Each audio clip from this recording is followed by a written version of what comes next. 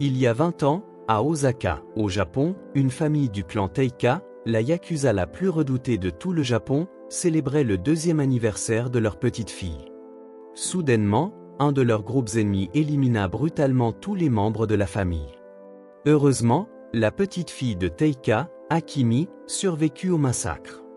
Akimi grandit au Brésil, l'un des pays avec la plus grande communauté japonaise. Elle ne savait toujours pas ce qui était arrivé à sa famille dans le passé. Elle pensait qu'elle était simplement une fille ordinaire vivant au Brésil avec son grand-père maintenant décédé. Par crainte qu'elle oublie ses racines, un ami de son grand-père, qu'elle appelait Sanpé ou professeur, lui enseigna quelques techniques de sabre.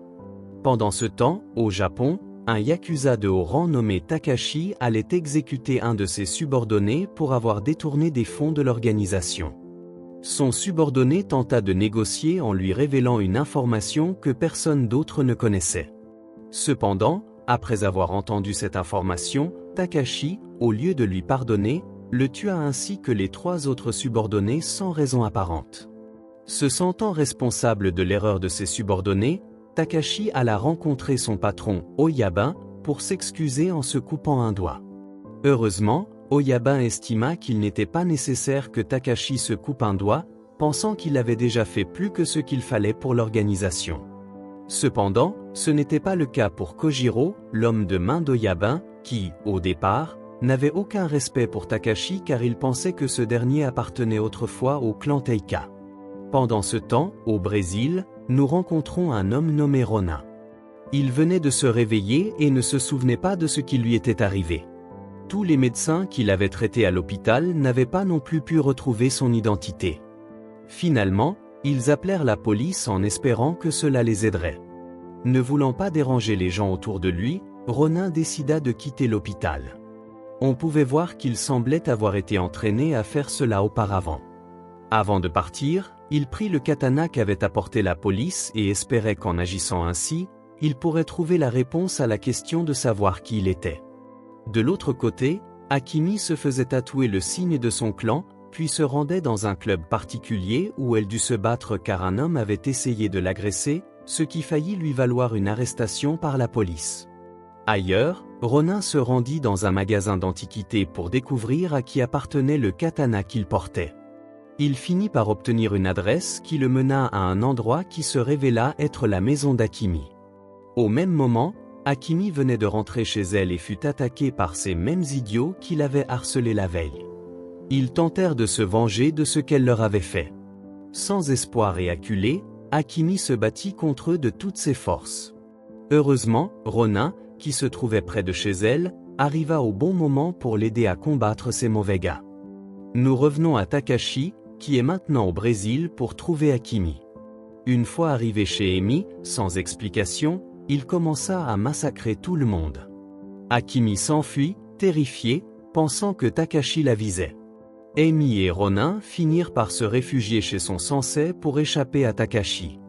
Finalement, la vérité sur l'ancien propriétaire du katana fut révélée, il appartenait au grand-père d'Akimi.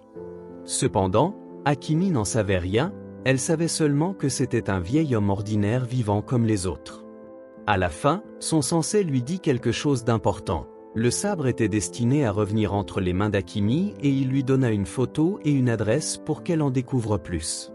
Sur cette photo, Takashi apparaissait avec des gens qui semblaient être une famille. Tu dois maintenant parler à quelqu'un d'autre, ta vie en dépend, le katana t'a trouvé, toi et lui êtes unis, comme cela était destiné. Par curiosité, Akimi se rendit à l'adresse donnée par son sensei, et Ronin la suivit, espérant trouver une réponse qui pourrait l'aider à en savoir plus sur lui-même. Une fois arrivés, ils rencontrèrent un vieil homme nommé Shiba, ami de son grand-père. Il lui expliqua que le katana qu'elle tenait faisait partie du lignage du clan Teika. Malgré cette explication, Akimi était encore plus confuse et lui demanda ce que cela avait à voir avec elle-même. Cependant, Shiba ne pouvait pas lui en dire davantage, et au final, il n'y avait rien qu'Akimi puisse faire sauf être patiente. Monsieur Shiba ne voulait pas lui dire qu'elle était en réalité une descendante du clan Teika. Bref, la journée passa et Akimi n'arrivait pas à dormir, pensant à tout ce qui lui était arrivé récemment. Une vieille femme nommée Shio la conduisit alors dans un cimetière derrière la maison. Quelle ne fut pas la surprise d'Akimi de voir que la tombe de son grand-père s'y trouvait aussi.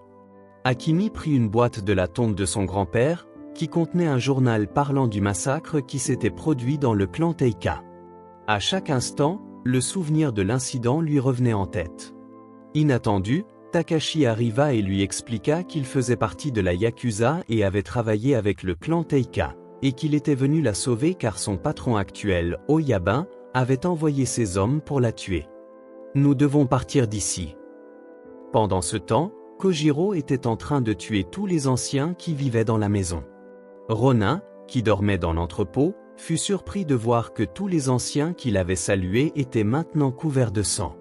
Dans cette situation désespérée, Akimi et Takashi tentèrent de fuir, sachant qu'ils étaient en infériorité numérique et qu'ils seraient submergés s'ils devaient affronter les hommes d'Oyabun. Finalement, elle n'eut d'autre choix que de partir.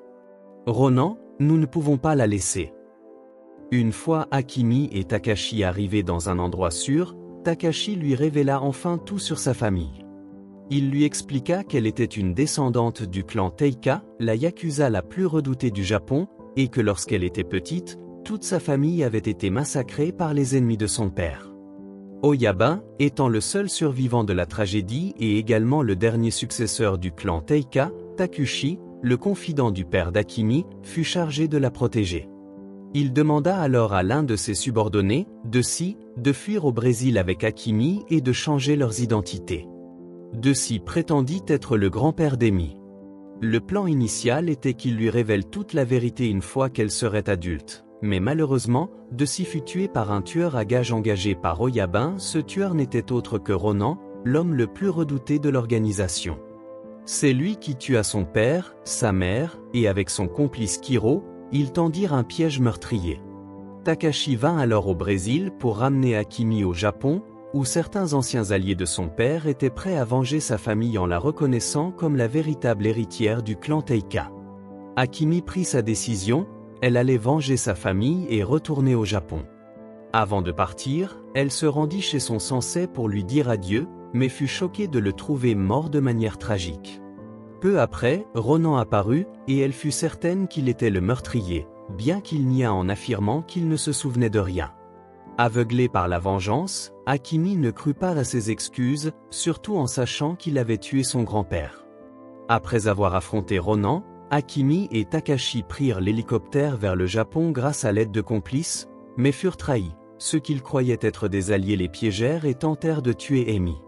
Refusant de mourir ainsi, Emi se défendit avec toute sa force et vainquit les hommes d'Oyabun avec son katana. Déterminée, elle accepta pleinement son rôle d'héritière du clan Teika. Ensuite, elle et Takashi montèrent pour rejoindre l'hélicoptère qu'ils avaient réservé, mais à la place, ils tombèrent sur Kojiro et ses hommes. Furieux de voir Takashi protéger l'héritière du Teika, Kojiro sortit son katana et tua Takashi sous les yeux d'Akimi. Inattendu, Ronan surgit et tua 2 des hommes de Kojiro. Quelques instants plus tard, Akimi défia Kojiro en duel.